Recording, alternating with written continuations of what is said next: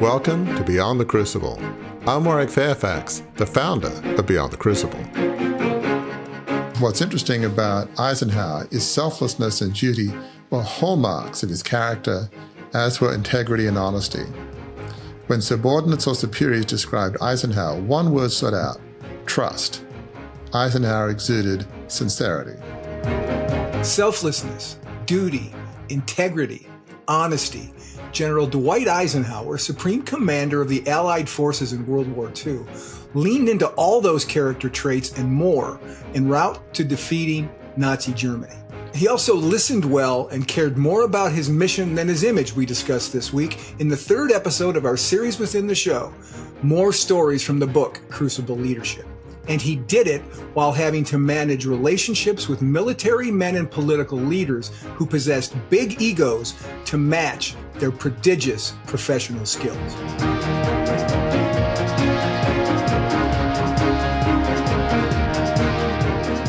Welcome, friends, to this episode of Beyond the Crucible. You have tuned in to another episode in what we call our series within the show. And that series within the show is based on Warwick's book, Crucible Leadership, which came out in 2022. And the series within the show is called More Stories from the Book, Crucible Leadership. Very creative on our part, Warwick, because we did a previous series called Stories from the Book, Crucible Leadership. And this year we're calling it More Stories from the Book, Crucible Leadership. So, that's a pretty creative way to talk about. No, there's, seriously, folks, there's just so many good stories in the book that we wanted to revisit some more of them. And here's something else we're doing here that's different about this series within the show. And that is some of the stories that we talk about will be stories that you'll find in Warwick's book, Crucible Leadership. And some of the stories are those that just because of reasons that there were so many good stories in the original manuscript that some of them had to be ended up on the cutting room floor. That happens to be one of the story that we're talking about this week. And that story this week is Eisenhower. That would be Dwight Eisenhower on character and getting great egos to work together. So this is the third episode that we've done, Warwick, of 10 of these, that we're going to do this year. It's going to go the whole year, but we have a summer series that we do that will put it on hiatus for a bit. But I'm intrigued of all the people that you have picked, and I know the kinds of historical figures you gravitate towards. I can tell that you feel a great respect for our subject this week, Dwight Eisenhower. Talk a little bit about why Eisenhower, why you wanted him in your book, and it probably broke your heart a little bit that he didn't make it in your book, right? It's always sad when you talk with editors and, you just can't have a chapter that goes, 50 pages or whatever. You've got to cut something. So it made sense. But yeah, this was a tough one to cut. In the original manuscript, I talked about Eisenhower in the chapter I had on listening. And so I kind of introduced that chapter, by saying that to form your vision and to make it become reality, not only do you have to listen, you've got to listen well. And unfortunately, many leaders don't listen well. In fact, I'd almost say most of them don't. And typically leaders, they want to act now, and they don't always care about what their team thinks, because after all, they feel like they're the font of all wisdom. What does my team know? I mean, they're lesser people. I am the sun. They're the lesser planets and moons that circle around me, and they're a necessary evil, but really it's all about me and my brilliance. And so that's, common, unfortunately, for leaders to think that. And so what happens is they tend not to listen because of their egos, but also because of their lack of curiosity about the team or indeed about what's going on in the world around them. And such leaders often lacked empathy. So if you had to summarize, why do leaders typically not listen? It's typically because they don't want to, and they don't want to because they don't really care. They really don't care about the people that work around them. And that's normal. And so what's not normal is Dwight Eisenhower. He was not like many leaders. He genuinely cared about what his team thought. He did not have a big ego. It was all about the success of the mission. It was not about him. Eisenhower is an example of a leader who listened well amidst very challenging circumstances. So just a bit of the backstory about Dwight Eisenhower. He was born in 1890 and grew up in Kansas. He was a graduate of West Point and was a captain in the Army during World War I. Now, one of the pivotal moments in his career that I think changed the arc of his life was in the 1920s when he served in Panama under General Fox Connor. And General Connor became a mentor for him, had a huge influence. So one example of this is that he did okay at West Point, but he really didn't do great. He wasn't like, the top student. But then after this period in Panama with General Connor, he got orders to attend the highly competitive Commander General Staff School at Fort Leavenworth. Now, at this point, he applied himself and he did fantastically well. So something about Connor, which, was interesting, changed the arc of his career. And so a huge moment in his life. So when war broke out in December 1941, Army Chief of Staff George C. Marshall appointed then Brigadier General Eisenhower to the Army's War Plans Division in Washington. Eisenhower was promoted rapidly after that. In March 1942, he became Major General. In June 1942, he was selected over 366 senior officers to be commander of U.S. troops in Europe. By July 1942, Eisenhower was promoted to Lieutenant General in charge of the Allied invasion of North Africa. And in December 1943, Eisenhower became the Supreme Commander of the Allied Expeditionary Force that would conduct the Normandy invasion. So he rose rapidly. And in the book, and what we're going to talk about in the podcast, really focused on Eisenhower's war years and in particular the D-Day invasion. Later on, Eisenhower would become president of the United States from 1953 to 1961. And it's interesting that he would become president because he was the first president and for a very long time, the only president to ever rise to the presidency without having held elective office. And I think as we talk through his character here, as we talk through all of the things that made him a good leader, I think you'll see why, folks, why that did indeed happen, why the country trusted him to lead the nation as president back in at the end of the 50s into the 60s.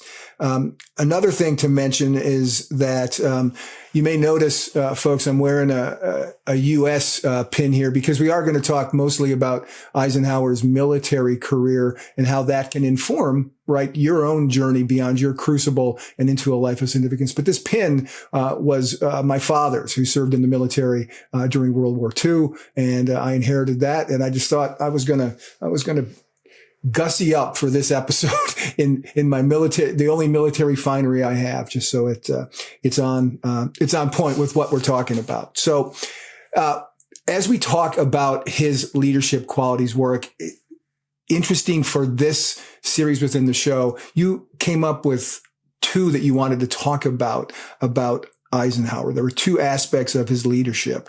The first one of those was his character. That's a big topic. Character. How did that help him lead? Because you've got some great insights on exactly how that helped him lead. Yeah, one of the keys to Eisenhower's greatness was his character. In fact, when we talk about great leaders in history, some of my favorite leaders are leaders of character. We've talked before in the book and on this podcast about Abraham Lincoln, who was president during the U.S. Civil War in the 1860s. And it was said by historians, and there's a great book, Team of Rivals, written by Doris Kearns Goodwin, when she talks about how Lincoln was able to get on with other powerful leaders with great egos in his cabinet. Basically, they were the people who thought that the wrong man had won the Republican nomination in 1860. And he won them over by the greatness of his character. The fact that they had no respect for him as this country bumpkin from the then wilds of Illinois, which was considered the West back then, it didn't really worry him. And so Eisenhower, in one sense, in a similar fashion, his character was really one of the keys to his greatness. And you can see one example of this is when in 1942, Eisenhower was working for Army Chief of Staff Marshall in Washington. And Marshall told Eisenhower that despite others recommending Eisenhower for higher field commands, that Eisenhower was going to stay put in his current staff position. Basically, many generals would have liked to be on the field in the thick of battle and, setting strategy for key theaters of the battle, whether in Europe or in the Pacific. But to say that you're going to be stuck in Washington behind a desk, most generals would be like, get me out of here, get me on the field. Right. But, and so Marshall said that this may be difficult to hear. And his response was remarkable. It really just showed that for Eisenhower, the cause and the mission mattered above all. It wasn't about him. So Eisenhower impulsively and definitely passionately said this in response to his boss, Army Chief of Staff Marshall. He said to Marshall, "General, I'm interested in what you say, but I want you to know that I don't give a damn about your promotion plans as far as I'm concerned. I came into this office from the field and I'm trying to do my duty. I expect to do so as long as you want me here. If that locks me to a desk for the rest of the war, so be it." I mean, he was indignant. I'm here to serve my country. If that means behind a desk, that's where I'm going to be. It's all about the war effort. It's all about the cause. It has nothing to do with my ego. He was just indignant that Marshall would kind of dare to say this might be difficult for you to hear. It's like, what do you mean difficult? It's about duty. It's about my country, right? It's not about, me. What I want. It's not about me. Exactly. And for most leaders, most generals, admirals, there's a little bit of the me in there. The fact that Eisenhower was concerned about doing his duty and not promotions must have impressed Marshall. In fact, sometimes when somebody under you says, look, I don't really care about promotions. I just want to do my job and my duty. It makes you think, maybe I should promote a person like that who doesn't have ego. Exactly. That's not your intention, but it could be the result. And that was the result here. So later on, Eisenhower drafted a paper for Marshall on the requirements of a commander of U.S. forces in Europe. And so Marshall told Eisenhower on receiving the paper that he, Eisenhower, was going to be the man to execute the plan. And that's not at all what Eisenhower was trying to do. He was just trying to draft what are the key qualities that such a commander needs. Right. Ironically, when Eisenhower outlined the qualities for this job, it turns out Eisenhower had exactly those qualities. This paper said that the commander of U.S. forces in Europe would need to have the full confidence of Army Chief of Staff Marshall. Well, check that one. He'd worked for Marshall for a while, and Marshall had utmost confidence in Eisenhower. He must be in full agreement with Marshall's ideas. Well, Marshall probably had a pretty good idea if that was true. This commander would need to be able to play several different roles and would need to be patient in dealing with other allies. How can you be patient if you don't have an ego and it's all about the mission? So check, I'm sure, when it came to Marshall, looking at Eisenhower. And so what's interesting about Eisenhower is selflessness and duty were hallmarks of his character, as were integrity and honesty. When subordinates or superiors described Eisenhower, one word stood out: trust. Eisenhower exuded sincerity. There's an interesting quote from British Admiral Andrew Cunningham. Cunningham said of Eisenhower, "I liked him at once. He struck me as completely sincere, straightforward, and very modest." Montgomery, who we'll talk about later, British General Bernard Montgomery, he said of Eisenhower that his real strength lies in his human qualities. He has the power of drawing the hearts of men towards him as a magnet attracts the bits of metal. He merely has to smile at you and you trust him at once. He is the very incarnation of sincerity. Think about this comment as we talk more about some of the key people around Eisenhower. And that, interestingly enough, is a perfect segue into what we're going to talk about next, because all of the characteristics that you talked about Eisenhower and what other people thought about Eisenhower inform the next leadership trait that Eisenhower had that you want to talk about here. And that is this. You singled out the fact that he was skillful in managing men with large egos. Pretty much everybody we're about to talk to from this point about to talk about from this point on had some slice or two or three or four or a battalion of large ego in them. There was a lot of that Eisenhower had to deal with. So, how was he able to wrangle all of the very powerful men who had had a different disposition than him as well? Yeah, when you think about leaders dealing with people with large egos, I mean, Dwight Eisenhower dealt with sort of the Mount Olympus, the goat, if you would say, right. The greatest of all time of egos. It wasn't just he was dealing with large egos. His mission was to lead the Allied invasion of Europe, to free Europe from the Nazis. This wasn't a small mission. So the mission was of utmost importance when you think of human history. This is one of the larger missions, is to free Europe from tyranny, from the Nazis who killed, millions of Jewish people and subjugated millions. I mean, it was a huge deal. And so think of Dwight Eisenhower in those days and months leading up to the Allied invasion of D-Day, which was June 6, 1944, and the kind of people Eisenhower had to deal with. So above him, he had President Franklin Roosevelt of the United States. He had Prime Minister Winston Churchill of Great Britain, two powerful leaders with big egos, and definitely many, many pages have been written about both men, Roosevelt and Churchill. They were giants in history, certainly in the 20th century. Then he also had to deal with General Charles de Gaulle, who was the leader of the Free French and would later on become the president of France and had a massive influence in modern French history. So these three people in their respective countries of the United States, Britain, and France had enormous influence in their countries, giants of their respective countries. And then below him, it didn't get any better in that sense.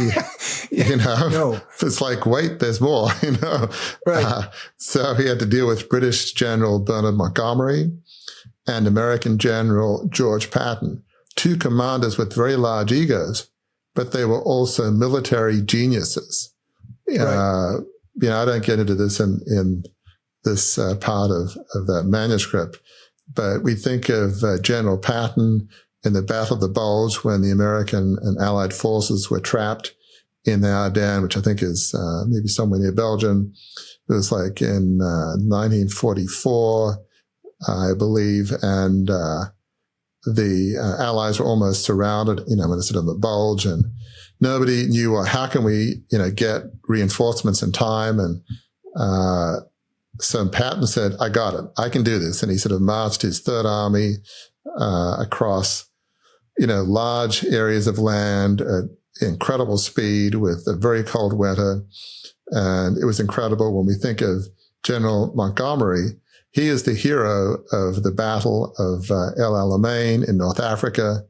And he was up against no less a German general than Erwin Rommel, the Desert Fox. So it's almost like in Civil War terms, General Grant being the leader of the Union Army against the leader of the Confederate forces, Robert E. Lee. Robert E. Lee was a tactical genius, or Wellington against Napoleon in the Napoleonic Wars.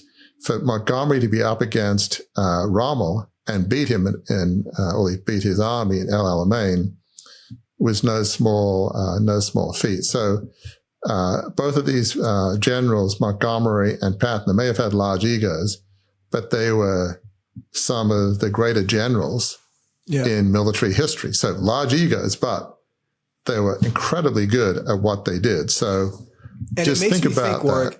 Sorry, it makes me think that Doris Kearns Goodwin should write a book called Team of Egos, instead of Team of Rivals. Exactly. About what Eisenhower had to deal with. Because, the only bullet he seemed to dodge was that he was in charge of the European theater, and MacArthur, who had an enormous ego, was in charge of the Pacific theater, and they didn't have to really work together much. That was all the presidents having to deal with it. So, it's remarkable to me just what you're going to go on and talk about what Eisenhower was able to accomplish with the kind of people he had to lead. And then stay tuned, folks, because you'll see what these people thought of Eisenhower as their work with him and underneath him went on. So continue. Very well said. Yeah, Team of Egos. I think that would be a great book. Eisenhower had to conduct the Normandy invasion successfully and free Europe from Nazi control, all while keeping these powerful leaders in check and pulling in the same direction. And this was a massive challenge. Some would say it was as big, if not bigger, than the Normandy invasion itself. If you don't keep all these people on board, people above him and people below him, things were not going to go well. And so this task would require a lot of patience, persuasion, and above all, listening. So time and again, Eisenhower's commanders would come to him with their plans and ideas, be it Montgomery, Patton, or U.S. General Omar Bradley, who was over Patton. And their plans would often conflict with Montgomery commanding British-led forces and Bradley's U.S.-led forces. So, they'd often want to head in different directions, and he'd have to referee. Then you'd have complications by people above him. You'd have British Chief of Staff Alan Brooke and U.S. Chief of Staff George Marshall, not to mention Churchill, or I would assume Roosevelt, who might want to know, hey, what's going on, Eisenhower? Yeah, just maybe sure a little bit. Are sure you want to do this? I mean, for Churchill, it's like this is, freeing them from, the threat of the Nazis over the other side of the English Channel. And for Roosevelt, obviously, a huge deal. So this was not easy to keep these folks in check and just referee. One of the things I think it's worth mentioning is there's some great movies that really talk about some of the characters that we're chatting about in this episode. You've got the 1970 film Patton with George C. Scott, and you have Carl Malden, the great character actor who also started in, I think, a show in the 70s, The Streets of San Francisco, that I watched growing up. Pull, that's good. Yep. Which was fun. And I think it starred a young Michael Douglas as his kind of number two. Ding, ding, ding. You're a trivia whiz. Anyway, Carl Malden starred as Omar Bradley, who was, Patton's boss in a pretty tough challenge. And then for the D-Day, The Longest Day came out in 1962, and you've got people like every famous actor of the day was in this. John Wayne, Henry Fonda, Robert Mitchum. I was just looking at this up before we started, and there's some obscure person called Henry Grace that was a set director. And he was tabbed to be Eisenhower because he looked a lot like Eisenhower. Was he an actor? Nobody looked like him. So, hey, you over there, I know you're setting the sets, but we think you'd be a wonderful person to play Eisenhower. So there's an interesting point in what you just described. Based on what we've been talking about Eisenhower's character and the way he conducted himself, right? His sincerity and his humility, right? Patton gets a movie named after him, starring at the time one of the most in-demand actors, George C. Scott, who won an Oscar for that role. You just mentioned the other movie on on D-Day, which all these Hollywood stars were in, and the set designer played Eisenhower.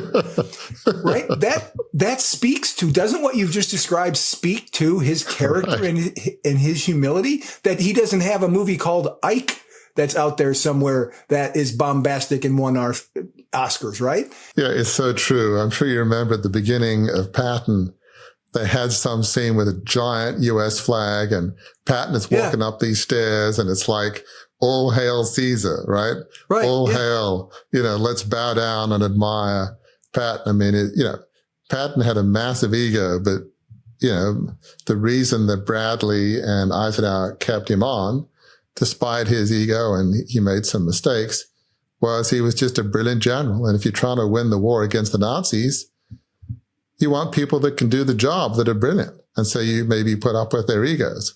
And that was sort of the genius of Eisenhower. So leading up to D-Day, June 6, 1944, Eisenhower's challenges were daunting. So just to give you an idea of the logistics, and one of the things that's said of Eisenhower is he was brilliant at logistics. That was certainly something the historians look at him and military experts. And he really had to be on his game when it came to that, because to launch D-Day, the D-Day invasion of Normandy, he had a force of over 170,000 troops, 20,000 vehicles, 4,124 landing ships and craft, and 1,203 warships.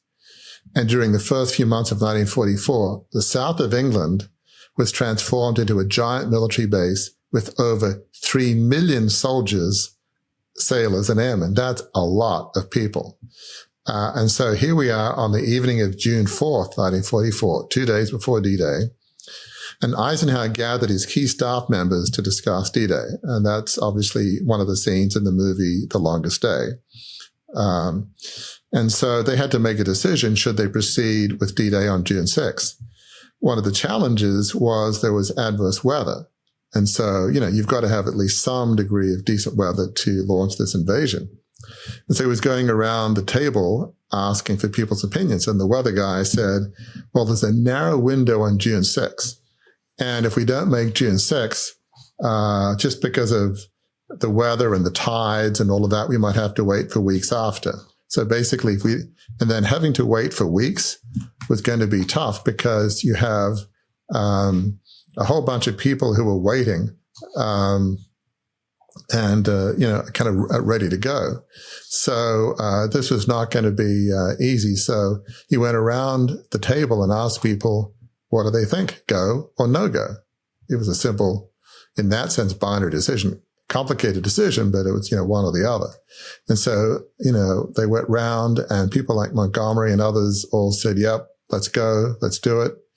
And so this was not easy at all. It was a tough decision, but Eisenhower realized we've got a narrow window on June 6th, and if we just keep waiting, then there's going to be a chance that word might get out. There's going to be a security risk, maybe a significant security risk. Right.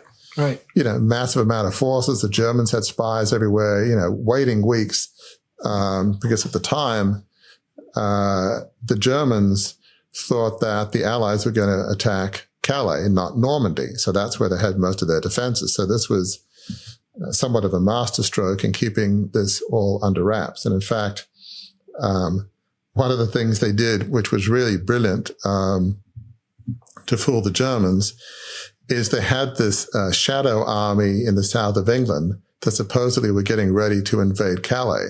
And who was going to lead the shadow force? It was going to be General Patton. And so the Germans thought, well, of course they're going to have their best general leading this, right? Naturally. They're not thinking about ego and some of the challenges that Patton presented. And so there was Patton, riding around in his Jeep and with these fake army. I think they had like fake tanks, and it looked real from above, but it was probably made of, wood, cardboard, whatever. And they're pretty good at making fakes that from the air looked very real. So, the Allies and Eisenhower were going to great lengths to keep this all under wraps, but that can only go so long. So with all of this in mind, Eisenhower listened, he weighed the evidence, he decided and took responsibility. He said, we're going to go. It's going to be June 6th. Just to give you an idea of how much Eisenhower took responsibility, Eisenhower drafted 2 press releases. One, obviously, was the invasion was a success. But there was a second press release. And in that press release, that was to be released if the Normandy invasion failed. At the end of that press release, Eisenhower says this: if any blame or fault attached to the attempt, it is mine and mine alone.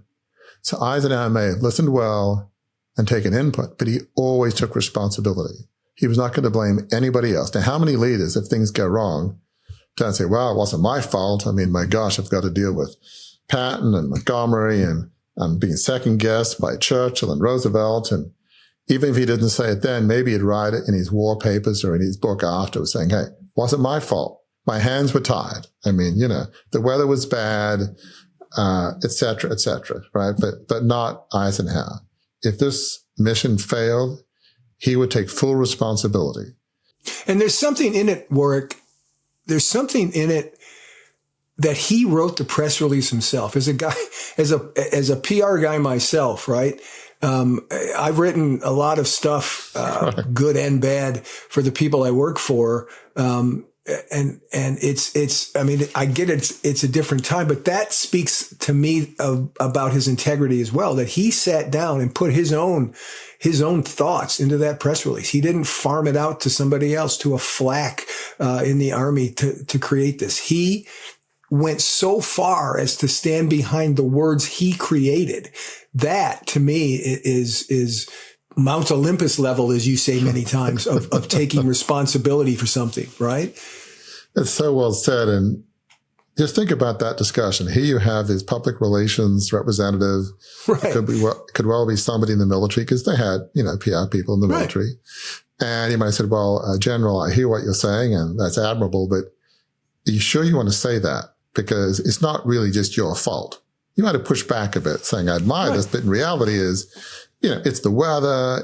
You got a lot of, moving parts. You've got the British and the French and the Americans. Are you sure you really want to go all the way out there? I may be wrong, but you would have thought, like, if you were in that position, you might have said, General, I admire this, but you sure you want to say that? I mean, who knows? But you would have thought they might push back slightly, because you're trying to protect your client in a sense, Right, for sure. And so maybe that what happened, or maybe the person knew Eisenhower so well, it's like, if I do that, I'll get my head handed to me. So maybe not, because I say, what are you talking about? But yes, it would have been interesting to be a fly on the wall in that discussion between the public relations rep and him. One of the keys to Eisenhower's success at D-Day, as well as in World War II, was his capacity to manage leaders above him and below him who had large egos. So let's take British General Montgomery. That is a real case in point, because he absolutely made them feel heard.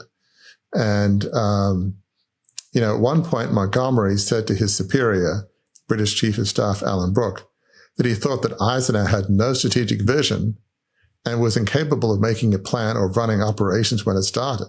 Now, this was something Brooke had said to Montgomery before, and Montgomery agreed.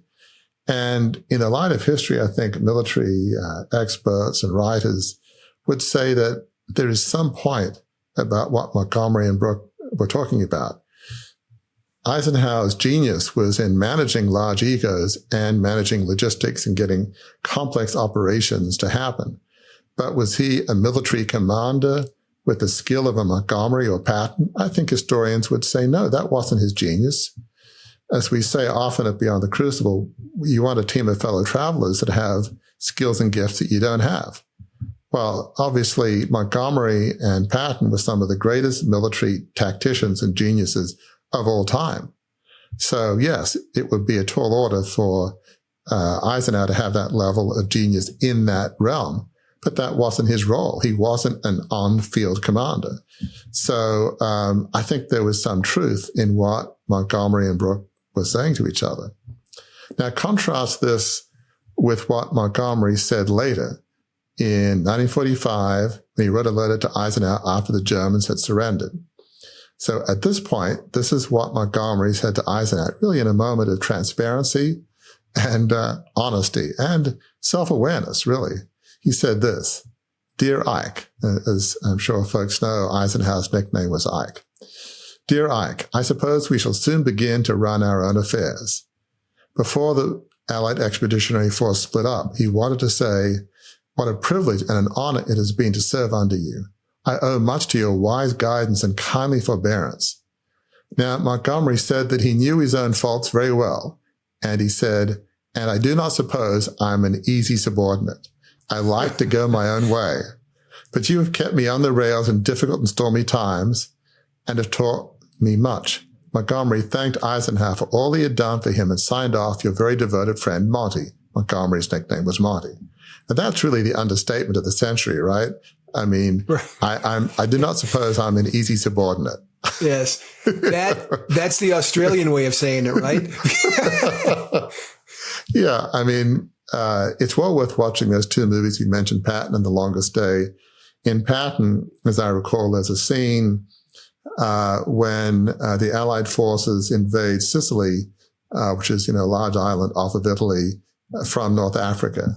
And Montgomery made it clear that he wanted to be the one to liberate the capital of Sicily, Palermo. At least as I recall, Patton said, yeah, we're not doing that. And he entered Palermo first with the American forces before the British, which obviously would have ticked Montgomery off. But yeah, these are people with large egos, and it's like, just because the other one wanted to go first, if I can go first and take X town or region, I will, and if Montgomery doesn't like it, oh, well, who cares, right? Right. That's sort of Patton's attitude. And I'm sure it would have been vice versa, It's not they didn't respect each other, but again, large egos. You don't just sit around and wait for the other person to say, oh, excuse me, after you. No. Right. That wasn't the credo of Montgomery or Patton. Yeah. We're about to pivot to pulling back out of World War II and going into the World War U, the things that people are going through now, right? Their crucibles, and how you apply these lessons. I'm going to give you an on-ramp to that conversation, because we just talked about how Eisenhower heard people, right? He heard them. But I've always, my perspective as in leadership has always been, I will hear everybody who has things to say that I can take into account before I make a decision.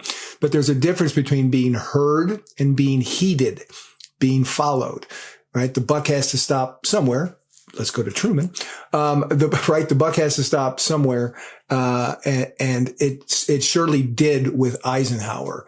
So as you talk about, these two traits that we've been talking about here for Eisenhower, how do they play out for average, everyday folks who are listening and watching this podcast today? How can they take some of the stuff that we've been talking about and apply it to their own lives? Yeah, it's what you were saying is really such a good point about being heard, not necessarily heeded. There's no question when you think of Eisenhower on June 4th, 1944, 2 days before D-Day, he's getting all these reports about the weather. It's looking iffy. There's a narrow window. I think many were probably thinking, let's do it. There might have been some that weren't sure, but ultimately he was going to make the decision. And in his mind, the logical decision was to go. There's a narrow window for weather. You can't keep a secret for weeks. If you don't go on June 6th because of the tides and various other reasons, it could be weeks. So he was hearing people. He was listening to them. But at the end of the day, he knew the right decision was go on June 6th. That was the logical right decision. And even if Montgomery and Patton were unsure, I don't know, it would have influenced his decision. Would it have dissuaded him? He might have said, look, I hear what you're saying. Obviously, Montgomery and Patton aren't, let's wait around and twiddle our thumbs. So, you can bank on what they were going to say. So it's not like but even if they were a little wary, which they wouldn't be, he would still do the right thing. He would certainly hear them, but he would make his own decision and take responsibility. So when we think about just these traits we've been talking about, which is his ability to deal with large egos and his character, his ability to listen, often our vision will come out of the ashes of our crucible. And to form this vision, for it to become reality, we say all the time that we need a team of fellow travelers. Some will encourage us, but some will be our fellow team members. And we need to, make sure those team of fellow travelers have skills and abilities that we don't have, because nobody has all the gifts. And so it's absolutely critical when you gather your team is they have to be on the same page with the vision, and you've got to get them to work together and to trust and respect you. And that's not easy. They may not necessarily have full confidence in you. As you've mentioned earlier, when Abraham Lincoln became president, his cabinet, they did not feel like the right man had become president. Right. They thought he was this uneducated person from the wilds of Illinois. And so we had to win them over. So their confidence in him as a leader, probably not too high. It might be wait and see. And how could this guy with his lack of education he's going to lead us into the Civil War. How's that going to work out? They probably had questions. So, for all of us, whether we're leading a nonprofit, a small company, large company, it could be a, neighborhood, homeowners association, could be all sorts of things.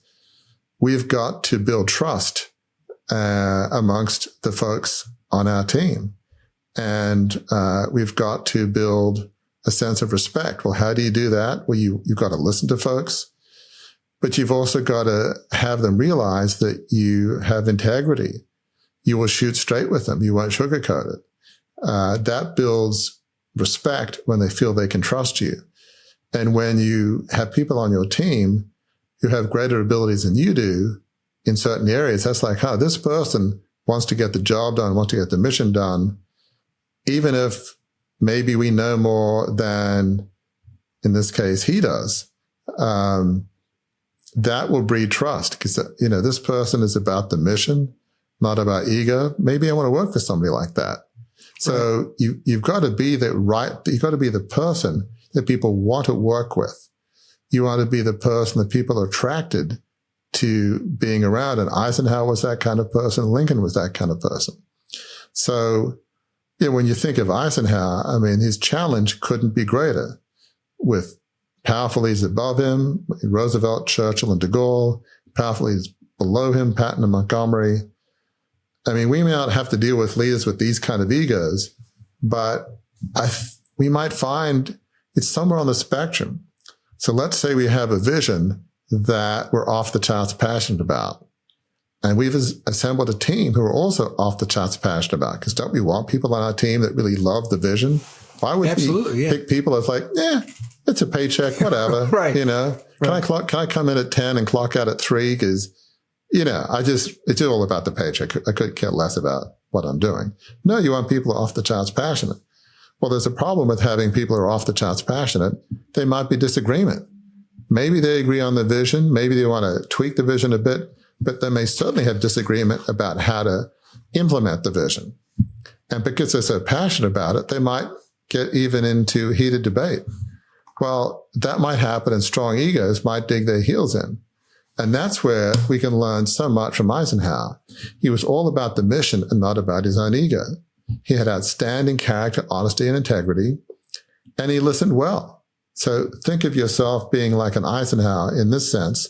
You're having a heated argument about your nonprofit, and people are vehemently disagreeing about the approach, and you've got to show them that you listen to them, that they are heard. At the end of the day, you got to say, look, I hear what you're saying, John, Mary, Frank, great points. And you might, as they say in executive coaching, which I am, you mirror back. Well, Mary, I heard you say A, B, and C. Frank, I heard you say this. John, I heard you say this. Okay, you've just proven you've heard them, right? One of the key aspects of listening is mirroring.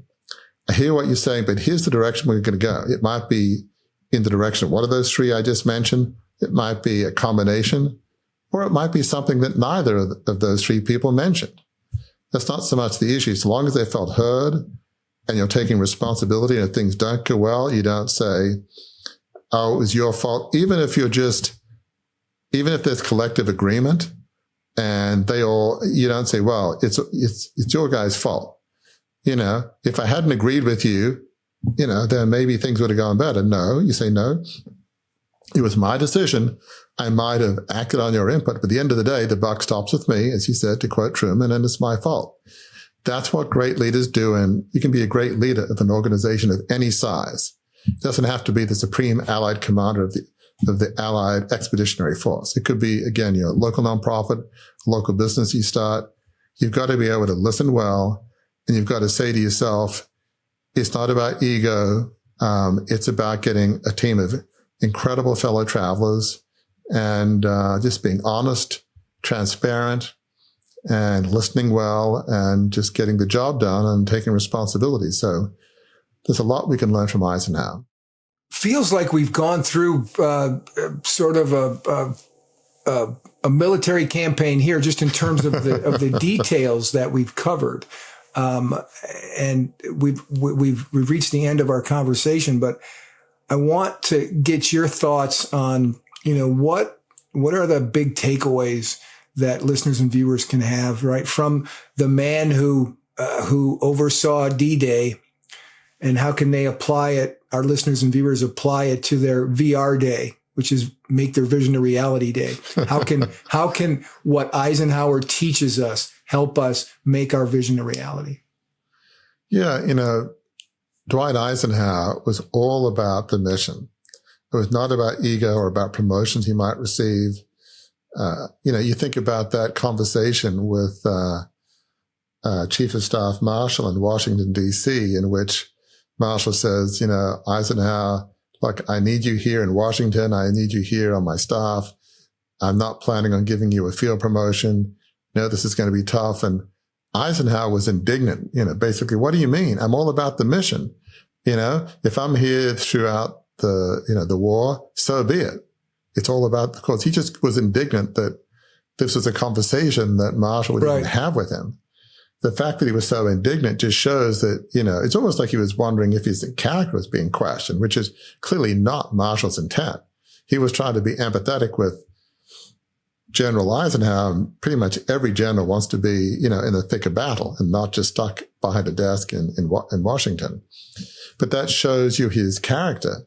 He was a man of immense character, integrity, and he listened well to leaders with powerful egos. I mean, to deal with Roosevelt, de Gaulle, Churchill, Patton, Montgomery, that's, to use that phrase I used before, that is the Mount Olympus of egos. No egos in history had greater egos than that collective bunch.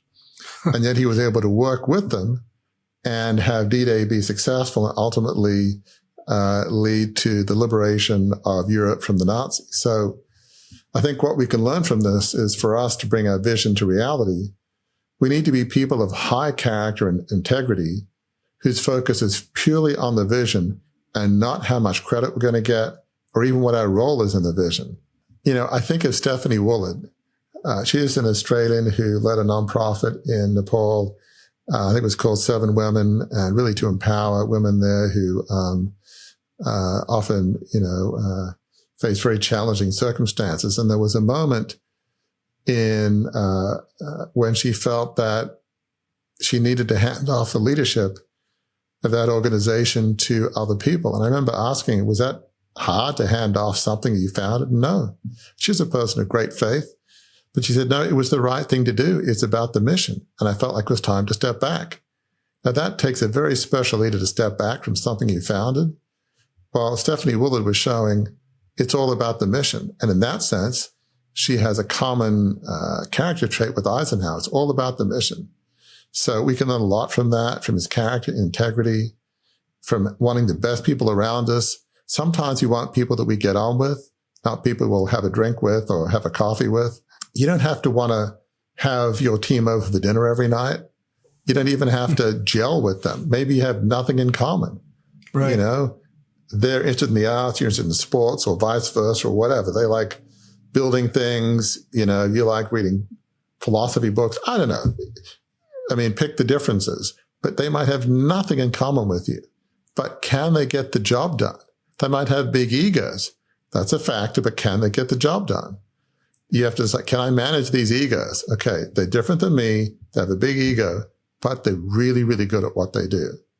This vision is so important. You make a decision. Can you manage them? If you feel at the end of the day, yep, I can manage the egos. They've got brilliant skills and abilities I don't have. Then you go with it.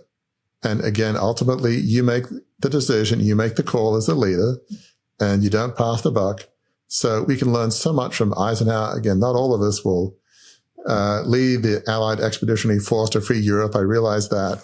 Not all of us will lead countries. Most of us will not be at that level, but be it a small nonprofit, a local business, homeowners association, we can learn so much from his character, his integrity, his honesty, his taking responsibility, and his willingness to have people with skills and abilities that I'm sure he realized that these people, as in Patton and Montgomery, had a level of strategic and tactical genius that he didn't have.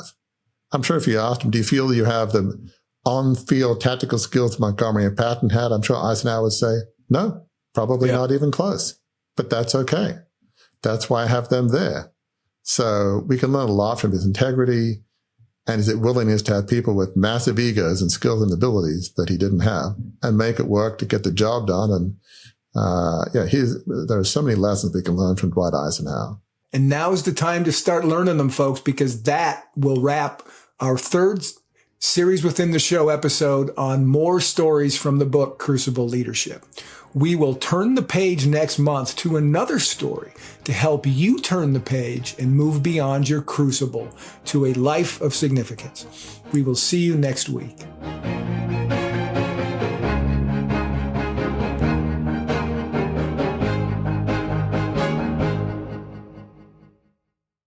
Welcome to a journey of transformation with the Beyond the Crucible assessment. Unlike any other, this tool is designed to guide you from adversity to achievement. As you answer a few insightful questions, you won't just find a label like the helper or the individualist. Instead, you'll uncover your unique position in the journey of resilience.